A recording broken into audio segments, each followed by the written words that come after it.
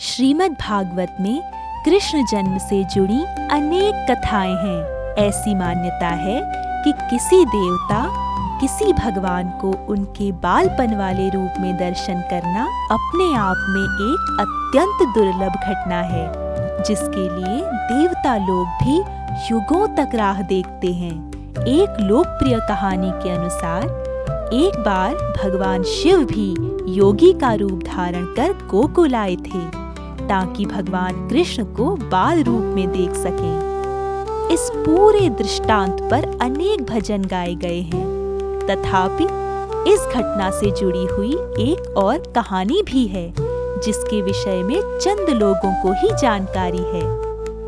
श्रीमद् भागवत के अनुसार यह देखकर कि भगवान शिव को भगवान कृष्ण के बाल स्वरूप में दर्शन करने के लिए किन किन कठिनाइयों का सामना करना पड़ा, ऋषि नारद ने भगवान शिव तथा भगवान कृष्ण दोनों को आमने सामने ही पूछ लिया।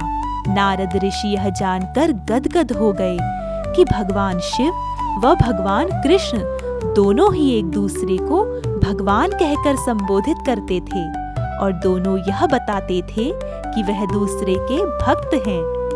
उस समय ऋषि नारद ने उन दोनों से विनती की कि आखिर कौन किसका भक्त है, यह सच्चाई बताई जाए। तब भगवान शिव ने प्रकट किया कि वे तो हमेशा से ही भगवान कृष्ण के भक्त रहे हैं और जिस जिस रूप में उन्होंने अवतार लिया है, शिव ने एक भक्त बनकर सेवक के रूप में कृष्ण की सेवा की है। भगवान शिव ने यह भी सूचना दी कि वे तो भगवान कृष्ण के सबसे बड़े भक्त हैं। यह सुनकर भगवान कृष्ण मुस्कुराए और तुरंत प्रत्युत्तर दिया कि चूंकि भगवान शिव उनके भक्त हैं, इसलिए वे स्वतः ही उनके भक्त हो जाते हैं। यह वार्तालाप सुनकर नारद ऋषि की आंखों से आंसू बहने लगे और वह दोनों देवताओं के आगे नतमस्तक हो गए।